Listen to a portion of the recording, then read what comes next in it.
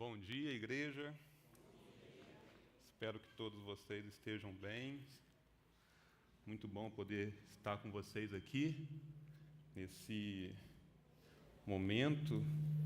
Eu confesso que hoje o domingo superou a minha expectativa de presença, visto que a gente tem um feriado bem prolongado, né? Então é muito bom tendo vocês aqui. Eu queria pedir também para vocês que vocês pudessem ter um pouco de paciência hoje comigo. Essa semana, passei por um dos maiores sofrimentos e dores que o homem pode passar: a gripe. Então, vocês mulheres nunca saberão o que é a gripe do homem. Tá? Então eu posso estar um pouquinho fanho ainda, vou pedir para vocês me ajudarem. A gente está na terceira mensagem dessa série chamada Coragem para Viver. Estamos sendo desafiados a encarar a fé como aquilo que nos dá, de fato, coragem para prosseguir na nossa caminhada. E essa fé, ela se transforma, ou melhor, ela motiva outras forças que nos impulsiona a, de fato, continuar a nossa jornada com coragem. Eu não sei se vocês já viram esse filme, Até o Último Homem. É um filme que conta a história real do soldado Desmond Doss. Ele é um soldado que ele se alista pelos Estados Unidos para lutar a Segunda Guerra Mundial, só que tinha uma coisa: Doss, ele não pegava em armas. Ele tinha completa convicção de que Deus havia chamado não para tirar vidas, mas para salvá-las. E aí você pode perceber que isso não caiu muito bem no seu batalhão. Porque como assim um soldado que não pega armas se alista para uma das guerras mais sangrentas e violentas que esse mundo já viu? Por isso, o Doss ele era constantemente ridicularizado pelo seu batalhão, e não somente ridicularizado, mas também agredido e outras coisas. Mas é interessante porque em uma determinada batalha do filme, a chave vira, porque nessa batalha Doss ele sobe, só que mesmo sem armas, ele consegue fazer um feito que ninguém jamais tinha conseguido. Ele salvou 75 soldados, descendo cada um deles através de uma corda de um alto penhasco até o local aonde eles estavam acampados.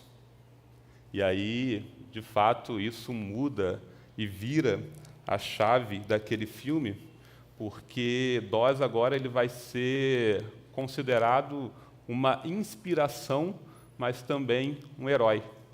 E tem uma cena do filme que chama muito a minha atenção, porque os soldados precisam novamente subir para o campo de batalha, e a cena é essa: eles estão enfileirados, parados, só esperando. E no fundo está o soldado Doss, em silêncio, quieto. E aí a cena do filme corta para o capitão, que é esse rapaz que está com o celular. Ele recebe uma ligação do seu comandante, e o comandante pergunta: olha, capitão, por que vocês não subiram ainda? Vocês já estão 10 minutos atrasados. E aí o comandante responde: a gente está esperando, senhor. O capitão pergunta: vocês estão esperando o quê? O comandante então responde: nós estamos esperando o soldado Doss terminar de orar pela gente. Essa é uma cena que mexe com a gente, porque a gente entende isso.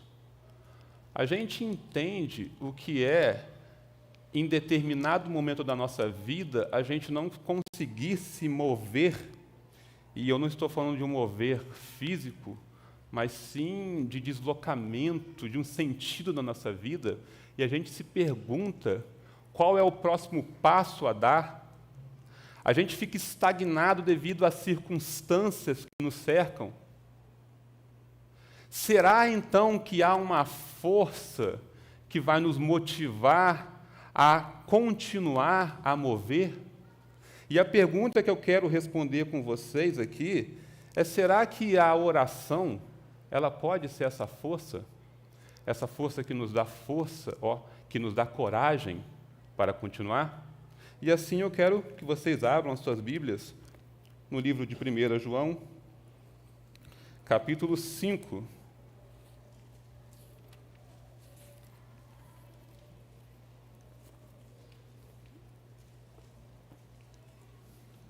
Nós leremos do versículo 13 até o versículo 17.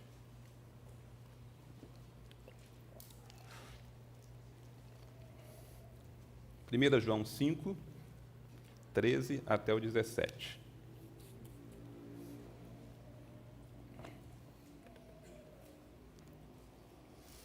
Diz assim: escrevi estas coisas a vocês que creem no nome do Filho de Deus, para que saibam que têm a vida eterna. Esta é a confiança que temos ao nos aproximar de Deus. Se pedimos alguma coisa de acordo com a vontade dEle, Ele nos ouve. Assim, se sabemos que Ele nos ouve em tudo o que pedimos, sabemos que temos dEle o que pedimos. Se alguém vir o seu irmão cometer um pecado que não leve à morte, ore, e Deus dará vida ao que pecou. Refiro àqueles cujo pecado não leva à morte. Há pecado que leva à morte. Não estou dizendo que se deva orar por este. Toda injustiça é pecado, mas há pecado que não leva à morte. Vamos orar? Senhor, nosso Deus e nosso Pai, nós estamos aqui reunidos esta noite, esta manhã, pedindo que o Senhor fale aos nossos corações, que as minhas limitações não sejam impedimento para teu agir do teu Espírito, que o Senhor venha falar, Pai, e que a gente possa sair daqui aptos a praticar a tua palavra. Assim eu oro, te agradeço em nome do Senhor Jesus. Amém e amém. Eu sou mestre para trocar a noite e a manhã, tá? Às vezes eu falo boa noite, está meio-dia, sol estalando, eu estou dando boa noite para os outros. Gente, João, ele está escrevendo aqui para pessoas que estavam carregando certas inseguranças, para uma igreja que estava emocionalmente desgastada e que precisava ser lembrada de onde encontrar forças para continuar. Falsos mestres tinham entrado na igreja que João estava escrevendo e acabaram trazendo certas dúvidas sobre quem era Jesus e o que significava de fato ser salvo naquele contexto. Eles começaram a ter dúvidas se de fato eles estavam vivendo uma fé verdadeira. E aí eu preciso relembrar aqui novamente, eu sei que vocês já estão cansados de saber, sobre o gnosticismo, que era uma filosofia religiosa que pregava que o homem necessitava de um conhecimento superior e secreto para ser salvo. E aí, qual que é a grande questão?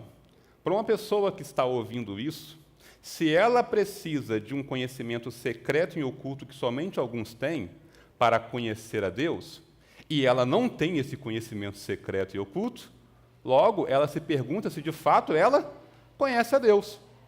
E, consequentemente, se ela não conhece a Deus, isso coloca em dúvida também se ela é salva. Essas dúvidas acabaram entrando no coração daquela igreja e a certeza ou a segurança da salvação que eles tinham acabou sendo abalada. E aí a pergunta que vem, né? E o que isso tem a ver com oração? O que a segurança que nós temos em Deus na nossa salvação tem a ver com oração? Eu diria que tudo. Porque quando essa certeza ela é abalada nos nossos corações, automaticamente outras áreas da vida também vão ser abaladas. E uma delas é a oração. A oração se abala junto. Por isso, João, ele vai nos lembrar que existe uma certeza que sustenta, que serve como fundamento para as orações. E essa certeza, ela está expressa no verso 13, quando ele diz: escrevi estas coisas a vocês, que creem no nome do Filho de Deus, para que saibam que têm a vida eterna.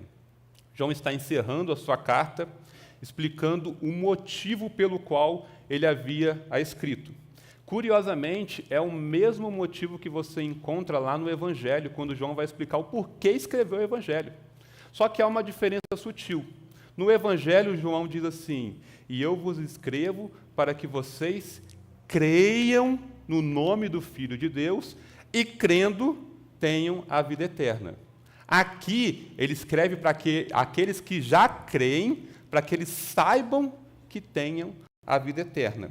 E essa diferença, ela pode parecer pequena ou sutil, mas ela mostra uma verdade importante, que o Evangelho não é um cavalo de Troia, no qual nós pregamos que é necessário que a pessoa creia em Cristo para ser salva, e quando ela vem para a igreja, ela descobre que não é só isso, que existe uma série de requisitos e mandamentos para que elas possam cumprir e serem aceitos.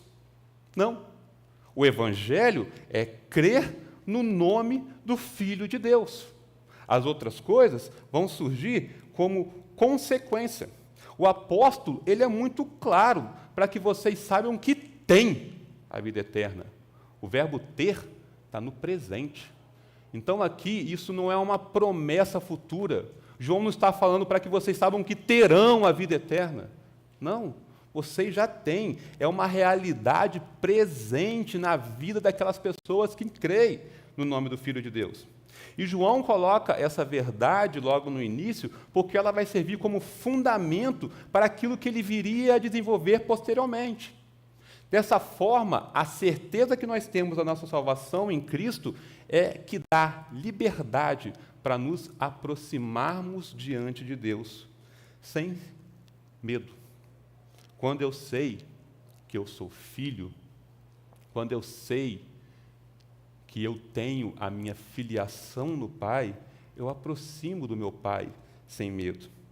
Paulo, ele usa essa mesma lógica lá em Romanos 8, no versículo 15, quando ele diz: pois vocês não receberam um espírito que os escravize para novamente temer, mas receberam o espírito que o adota como filhos, por meio do qual clamamos, Abba, Pai. Eu acho que eu coloquei o texto diferente ali, mas é Romanos 8, versículo 15. Ou seja, a minha filiação ao Pai me dá a segurança de aproximar diante de Deus, porque Ele é um Pai amoroso que me ouve. Eu gosto muito de uma parábola, de uma fala que Jesus diz lá no Evangelho, quando ele diz assim: olha, se vocês sabem dar coisas boas aos seus filhos, quanto mais o Pai não saberá dar coisas melhores para vocês? Ou seja, se a paternidade humana, que é uma paternidade imperfeita do reflexo da divina, sabe dar coisas boas ao seu filho, será que a paternidade divina não é maior? Então, quando eu entendo que eu sou filho de Deus, que eu tenho a vida eterna, eu entendo assim também que eu posso me aproximar de Deus, que eu sou aceito. E isso é muito fundamental na nossa vida, porque ninguém se aproxima de Deus sem saber de fato se ele será aceito. Isso acaba abalando as nossas orações. É muito difícil a gente se aproximar de Deus sabendo ou não sabendo se Ele vai nos ignorar.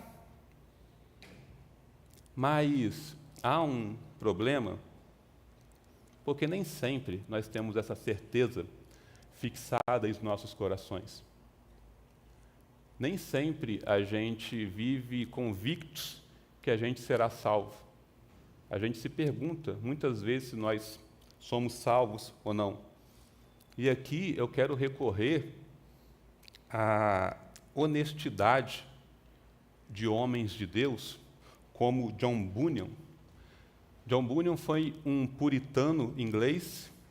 Ele escreveu o famoso livro O Peregrino, e ele diz assim, em sua autobiografia: eu fui profundamente afligido com pensamentos de que eu não era salvo. Eu tenho a certeza que o Bunyan, ele cria em Deus, ele amava, ele servia a Deus de todo o seu coração. Mas, em determinado momento da sua vida, ele também se perguntou se ele era salvo. E aí, eu fico pensando, se um homem do calibre de Bunyan, do qual, quando Charles Spurgeon falou sobre ele, disse, fure-o em qualquer lugar, e você vai ver que a Bíblia flui dele. Se um cara como esse também teve momentos no qual a sua certeza foi abalada, no qual ele duvidou se de fato ele era salvo, isso mostra que essa insegurança, ela não parte de incredulidade, mas ela parte da nossa fragilidade humana. Eu gosto muito da nossa confissão de fé de Westminster, quando ela vai tratar sobre a certeza da salvação no capítulo 18, porque ela diz assim, essa segurança, ela não está conectada tanto à essência da fé, porque verdadeiros cristãos podem ter a sua certeza abalada, por causa das circunstâncias, por causa de pecados que cometem. Nós não somos super-homens, super-crentes. Nós somos seres que que as circunstâncias que estão ao nosso redor nos fazem ser inconstantes. Mas João, ele está escrevendo exatamente para sanar essa fragilidade. Porque, apesar de fragilidade, Deus, Ele quer que a gente tenha convicto isso nos nossos corações.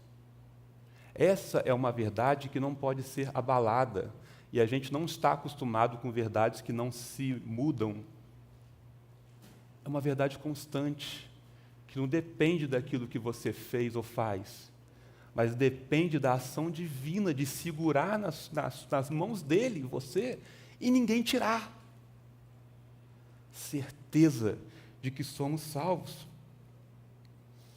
João, ele nos puxa, de fato, para essa verdade fundamental, que nós somos de Deus, pertencemos a Cristo, e por isso nós temos a vida eterna. E é por isso que a oração, ela se torna mais forte quando ela se estabelece nessa verdade. Porque quando nós entendemos que podemos nos aproximar do Pai com liberdade, sem medo de não sermos aceitos, nós encontramos forças para fortificar, para ter uma oração sincera. E é por isso que eu quero te perguntar, aqui nessa manhã, você crê no Filho de Deus? Você crê que Ele foi morto pelos seus pecados? Você crê que a morte não o segurou, mas Ele ressuscitou ao terceiro dia? Você crê que um dia Ele vai voltar para te buscar? Se a resposta for sim, eu posso te dizer com toda a convicção das Escrituras, você tem a vida eterna. Você tem a vida eterna. E a sua vida eterna está baseada na ação de Deus. Faço aqui das palavras que o pastor Neto pregou na semana passada, do texto do versículo 12. Quem tem o Filho, tem a vida. Quem não tem o Filho, não tem a vida. É simples, prático e objetivo. Essa é a certeza que vai sustentar a oração. Mas ainda há um segundo movimento, é a confiança que guia a oração. Olha só o que ele diz no versículo 14. Esta é a confiança que temos ao nos aproximarmos de Deus. Se pedimos alguma coisa de acordo com a vontade dele, ele nos ouve. A certeza de que temos a vida eterna dada por Deus, por si só, ela traz confiança. E esta confiança é que vai servir como guia para os nossos corações. E qual é a confiança? Sermos ouvidos favoravelmente por Deus. Isto é, ter os nossos pedidos atendidos. Porém, alto lá, existe uma condição para termos os nossos pedidos atendidos. E essa condição está no fato dos nossos pedidos estarem de acordo com a vontade de Deus. E aqui, eu acredito que a gente precisa estar bem atento, porque a oração, ela não é sobre impor a nossa vontade a Deus. Não. Nós não mudamos a vontade de Deus com as nossas orações. Nós não somos capazes de fazer isso. E é exatamente isso que Jesus nos ensina no Getsêmani. Quando ele está aflito, angustiado, ele ora a Deus e pede: Pai, passe de mim este cálice. Mas, todavia, não seja como eu quero, mas como tu queres. E ele está replicando exatamente aquilo que ele ensinou na oração do Pai Nosso, quando ele diz: faça a tua vontade. E uma pergunta que a gente se faz é: será que a gente pode confiar na vontade de Deus? Se nós não mudamos a vontade de Deus com as nossas orações, será que nós podemos confiar nessa vontade? Eu lembro, quando eu era pequeno, tinha uns 7, 6 anos, não sei, saiu aí na moda, a famosa toca do Gugu. Não sei se vocês lembram disso, né? Cara, uma toca magnífica. Acho que é por isso que eu gosto tanto de camping hoje, Ovelha, né? E saiu, eu pedi para minha mãe aquela toca do Gugu com tanta vontade. Eu cheguei e falei: mãe, eu quero uma toca do Gugu, cara. E aí, como estava no início do mês, e ela já tinha ali pago as contas, ela falou: olha, vou te dar, mas você vai esperar até o final do mês. Estava no início, né? Ia mais um mês de espera. E aí, passando o tempo, a gente saiu para almoçar, jantar em uma determinada situação. Paramos em um restaurante que ficava na frente de uma praça, e aí eu fui brincar na praça. E lá na praça tinha um vendedor ambulante, né, daqueles que vendem tudo, e aí eu vi um elefantinho inflável. Que coisa linda! E eu fiquei doido naquele elefante inflável. Fui correndo para minha mãe e falei: mãe, eu quero um elefante inflável. Ela falou: você não quer um elefante inflável. Eu falei: eu quero um elefante inflável. Ela falou: Richard, vai brincar. Aí eu fui brincar, voltei e falei: mãe, eu quero um elefante inflável. Ela falou: Richard, vai comer. Eu comi, o que eu falei? Eu quero um elefante inflável. Até que ela perguntou para mim assim: você quer um elefante inflável? Eu falei: quero. Ela falou: então você vai escolher. Você quer um elefante inflável ou a toca do Gugu? Aí eu pensei bem e falei: o elefante inflável está aqui, né? É só eu ali comprar e ser feliz. A toca do Gugu eu nem sei quando vai chegar. Escolhi a toca do Gugu. O elefante inflável. Vamos lá, compramos, fiquei muito feliz durante 1 hora. Depois de 1 hora eu já comecei a perceber a besteira que eu tinha feito. Aí eu tentei negociar com a minha mãe e falei: olha, compra a toca para mim mesmo assim? Ela falou: não. Eu falei: mas e se a gente devolver o elefante inflável? Ela falou: não. E aí tem uma frase que ela falou para mim, ela diz assim: você deveria confiar mais em mim, porque eu sei mais do que é melhor para você do que você mesmo. Nunca ganhei a toca do Gugu. Sou chateado com isso até o dia de hoje, já se passou mais de 20 e poucos anos. Mas eu acho que parte aqui de uma lição valiosa para a gente, porque Deus, Ele sempre sabe o que é melhor para a gente, melhor até que nós mesmos. Ele conhece as nossas necessidades. E é por isso que as nossas orações não mudam as orações dele. Não. Mas ela vai nos moldar à sua vontade.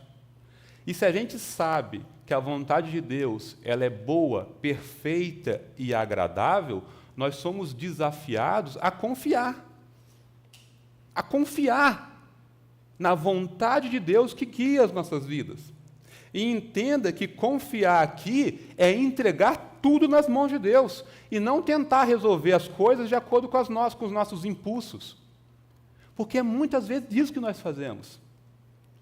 Nós agimos por meio dos nossos impulsos, resolvemos tudo, deixamos tudo bonitinho ali, e aí a gente tem a ousadia de chegar para Deus e falar assim: Deus, muito obrigado por o Senhor ter resolvido por mim essa situação, como se as nossas ansiedades fossem um método ou um modo como Deus age. Isso não é confiar. Isso é necessidade de controle.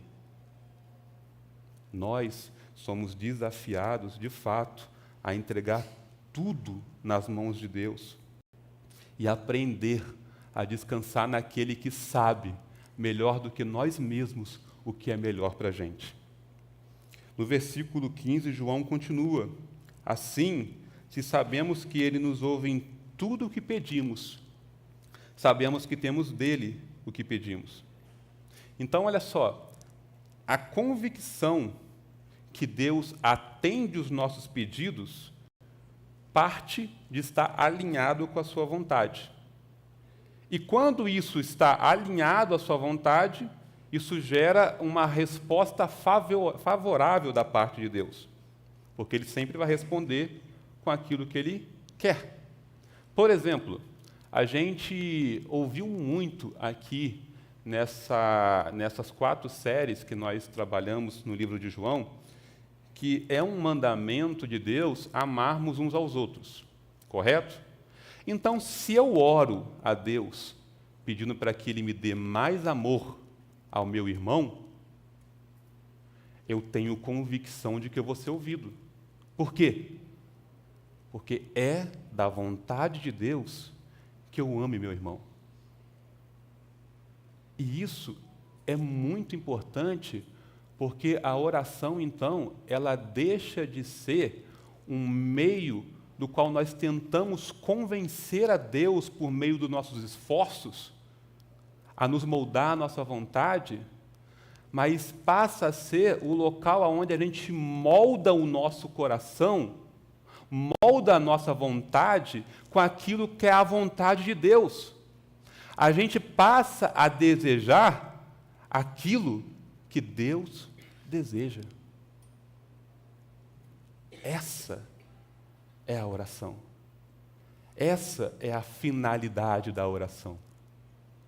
Nos moldar à sua vontade. Mas ainda, um terceiro movimento, porque se a certeza sustenta, a confiança guia, a compaixão é que vai mover a oração. Nos versículos 16 e 17 diz assim: se alguém viu seu irmão cometer um pecado que não leva à morte, ore, e Deus dará vida ao que pecou. Refiro-me àqueles cujo pecado não leva à morte. Há pecado que leva à morte. Não estou dizendo que se devorar por este. Toda injustiça é pecado, mas há pecado que não leva à morte. Aqui está o ponto alto do ensino de João nesse texto, que é a nossa responsabilidade de orar e interceder com amor pelos nossos irmãos. Ou seja, deixar com que as nossas orações sejam de fato movidos pela compaixão. Porém, o apóstolo aqui ele vai reforçar a ideia de que a gente deve pedir aquilo que está de acordo com a vontade de Deus. Ou seja, dentro dessa lógica, ele nos orienta a interceder por aqueles que cometeram pecados que não são para a morte, pois é da vontade de Deus restaurá-los. Mas, da mesma forma, ele também nos orienta a não interceder por aqueles que cometeram pecados para a morte. Porque, da mesma forma, não é da vontade de Deus restaurá-los. E agora a pergunta que você deve estar se fazendo é: o que é esse pecado que leva à morte, né? Que esse é um texto bem complicado. Mas vamos lá. Ao longo da história, esse texto ele foi interpretado de algumas maneiras. Algumas pessoas acreditavam que João estava falando de uma morte física. Então, pecados que levam para a morte para essas pessoas seriam pecados que eram punidos com a pena de morte. Lembra do Antigo Testamento, quando alguém cometia um pecado, geralmente ele era apedrejado? Por exemplo, o adultério. Se duas pessoas eram pegas em adultério, as duas morriam. E aí surgiu a interpretação que João estava falando disso. Outra interpretação também relacionada à morte física é que eram pecados que o próprio Deus punia com a morte imediatamente. No Antigo Testamento você vê muito isso, por exemplo, os filhos de Eli, que são fulminados, mas nós também temos isso no Novo Testamento, em Atos 5, um casal, ele vende a sua residência, retém parte do valor, chega para Pedro e fala assim, está aqui o valor inteiro. E aí um morre, depois o outro também. Algumas pessoas entenderam que esse pecado para a morte era isso. O grande problema é que, no contexto da carta de João, a morte não é física. A morte aqui é uma morte espiritual. É uma morte que resulta, então, na condenação eterna e irrevogável por parte de Deus. Em outras palavras, de modo mais simples, é um pecado que não tem perdão. E quando eu falo para vocês é um pecado que não tem perdão, automaticamente seria muito natural nos levar para a blasfêmia contra o Espírito Santo. Porque foi um pecado que foi mencionado por Jesus como não tendo perdão. Só que nós temos um outro problema. Porque João não fala em nenhum momento sobre blasfêmia contra o Espírito Santo aqui no livro dele. O pecado que leva à morte que João está situado nos parece ser algo que ele já vinha trabalhando ao longo da sua carta. É algo que nós conhecemos como apostasia, que é o abandono da fé. E aí, como explica o reverendo Augusto Nicodemos, ele diz, a interpretação que nos parece mais correta é que João está se referindo à apostasia. E o que significa apostasia? No contexto dos seus leitores, significaria abandonar a doutrina apostólica que tinha ouvido e recebido e seguir o ensinamento dos falsos mestres que negavam a encarnação e a divindade do Senhor Jesus. Lembra dos gnósticos? Eles eram pessoas que haviam saído no meio da igreja, apostatado, estavam tirando pessoas através desses ensinos. E esse era o pecado que leva à morte. Mas acho que agora eu baguncei um pouco mais a mente, porque você deve estar se perguntando, grande parte de nós temos pessoas que se afastaram dos caminhos do Senhor. Talvez você pode ter um filho, uma mãe, um pai, um irmão que se afastou. E aí você deve estar se perguntando, será então que não existe perdão para esses? Mas a apostasia tratada por João aqui é muito mais do que um afastamento da igreja. É um abandono consciente e voluntário da fé bíblica. E ele vem acompanhado de uma rejeição total dos princípios apostólicos, da doutrina apostólica, que pessoas que já tinham vivido, experimentado e proclamado. Não é uma queda moral momentânea, não é um afastamento temporário da igreja, mas uma negação completa e definitiva de Cristo. E é interessante porque parte do mesmo princípio da blasfêmia contra o Espírito Santo, porque ela é voluntária e consciente.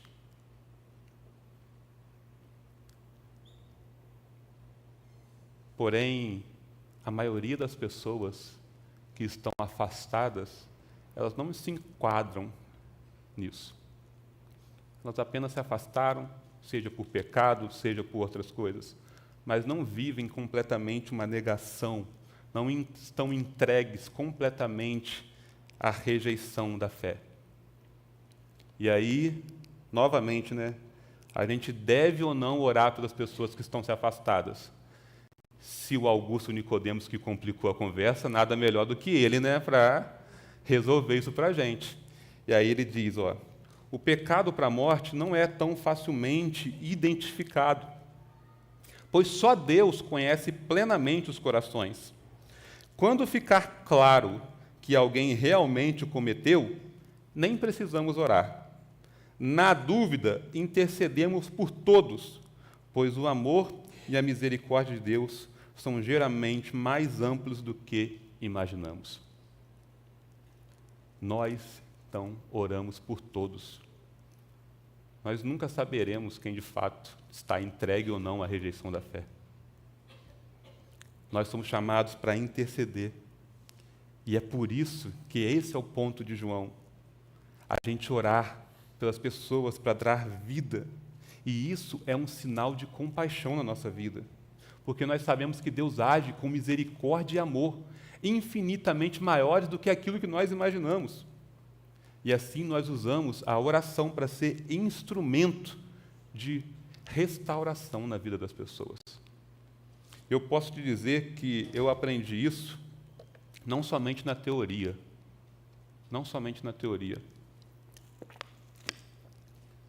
mas dentro da minha própria casa, né? Eu tenho um tio, irmão da minha mãe, que na sua pré-adolescência e adolescência, ele se desviou, ele havia nascido em um lar cristão, e a minha avó, ela morava em um bairro bem perigoso de Volta Redonda, que é a nossa cidade. Volta Redonda é uma cidade do Rio, então você deve imaginar que os bairros perigosos lá são um pouco mais complicados. E ele acabou se envolvendo com coisas que não deveriam, coisas bem pesadas, ao ponto de, aos 15 a 16 anos, ele ter sido jurado de morte pelos traficantes ali do mesmo bairro. Curiosamente, ou melhor, graciosamente, o meu tio foi salvo. Deus trouxe de volta o meu tio na sua juventude. Mas quando eu converso com meu tio, quando ele vai falar sobre isso, eu acho muito interessante porque ele diz assim, olha, eu estou aqui hoje porque a minha mãe não deixou de orar nem um dia sequer pela minha vida. É lógico que é Deus que dá a vida. Eu não estou dizendo ao contrário. Mas Deus escolheu agir através das nossas orações. O problema é que eu também fui pelo mesmo caminho. E esse meu tio virou uma pessoa que eu tinha muita facilidade de conversar e no qual também eu me inspirava, porque depois que ele voltou, ele dedicou sua vida para viver pelo Evangelho, mas em determinado momento da minha vida eu quis sair da igreja. E ele foi a primeira pessoa que eu procurei para avisar. Eu falei, olha, eu estou saindo da igreja, vou fazer. E foi interessante que ele falou comigo assim, olha, você quer sair? Eu não vou te impedir, eu gostaria de poder te impedir. Mas eu vou te dizer uma coisa. A primeira é que você vai se arrepender de cada segundo longe de Deus. E a segunda é que eu vou estar intercedendo também, todos os dias, pela sua volta. 2 anos depois, eu retornei para a igreja. De fato, eu me arrependo de cada segundo longe de Deus e longe da sua igreja. E eu digo com plena convicção na minha alma que Deus usou as orações do meu tio, da minha mãe e da minha avó. E hoje eu posso estar aqui não somente com a minha fala teórica, mas como um testemunho vivo que Deus salva vidas por intermédio da intercessão. Que você pode ser um canal de bênção, de vida para pessoas que necessitam de salvação. Essa deve ser a compaixão que deve nos mover. Então, quando eu vejo alguém pecando, a minha primeira ação não deve ser julgá-la, falar para todo mundo. Não. O que eu faço, de acordo com João? Eu vou e apresento essa vida a Deus. Eu oro incansavelmente por ela, porque eu sei que Deus, Ele é rico em misericórdia. Ele é amoroso e Ele pode usar a minha oração para salvar e restaurar essa vida. Essa é a compaixão que deve nos mover. Essa é o amor que nos influencia a viver por Deus. Então, irmãos, se nós vivemos dessa forma, se nós temos e nos movemos em compaixão através da intercessão, a gente vai ver de perto aquilo que Deus está fazendo. A gente vai ver o perdido retornando, o caído se levantando, o fraco sendo fortalecido, o quebrado sendo restaurado. Se temos, então, em nossos corações a certeza e a confiança que Deus nos ouve, podemos, de fato, ser movidos de forma verdadeira e sincera pela compaixão pelos nossos irmãos. E, depois de tudo isso, o que João nos ensinou, fica uma lição preciosa para a gente, e isso eu tenho compartilhado com os jovens ao longo desse ano. O poder da oração, ele não está na boca de quem faz. O poder da oração está nos ouvidos de quem ouve. Quando eu entendo isso, eu entendo que eu não preciso buscar as pessoas mais espirituais da igreja, crendo que ela será mais ouvida por causa disso. Mas eu próprio posso agir. Eu próprio posso orar a Deus buscando forças para continuar na minha jornada. E não somente isso, como Dós, que enquanto orava, buscava forças para ele, mas também impulsionava outros, nós somos chamados a fazer isso. Não orarmos somente por nós, mas orarmos por todos. E que todos sejam encorajados a prosseguir na jornada cristã. E é isso que eu quero te chamar a fazer essa noite, ou melhor, esta manhã. Né? Vocês podem ficar de pé para a gente orar?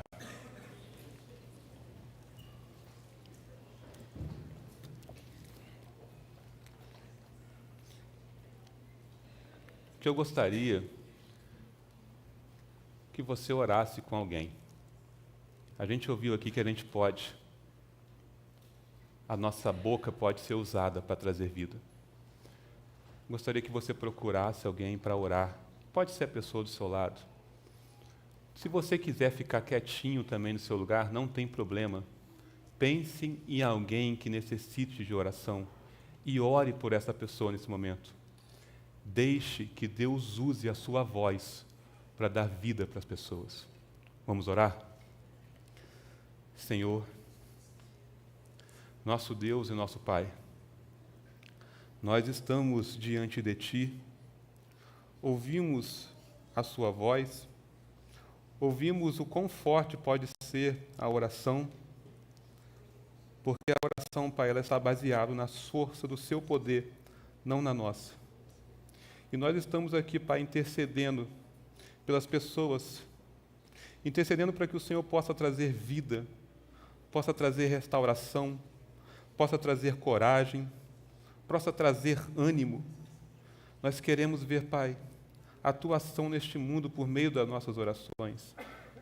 Que o Senhor venha estar sempre agindo, que essa verdade possa estar fixada em nossos corações, que o Senhor possa fortalecer dia após dia que nós somos salvos em Ti. Que o Senhor venha fortalecer a confiança de que somos ouvidos por Ti. E que a compaixão em nossos corações venha aumentar pelos nossos irmãos. E que a gente possa ser um canal de bênção para aquelas pessoas que necessitam. Que a gente possa Te apresentar todos os dias diante da tua graça, pessoas que necessitam de ti, Senhor. Eu quero te pedir também por aqueles que estão desviados, que não se encontram nos teus caminhos. Senhor, traga-os de volta. Concede vida a pessoas que estão mortas, Senhor.